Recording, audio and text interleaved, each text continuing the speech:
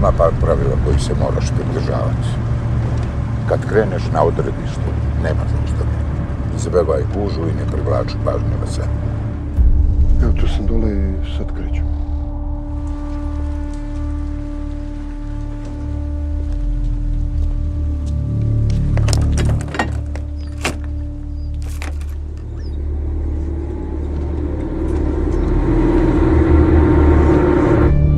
Kako se mama drži? Da me paziš?